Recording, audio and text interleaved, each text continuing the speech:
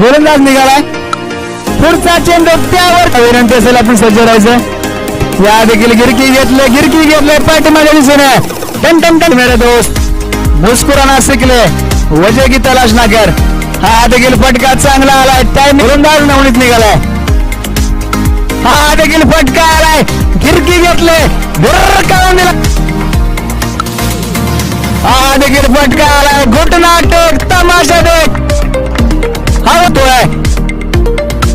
हा देखील उडवलाय उडवून दिलाय.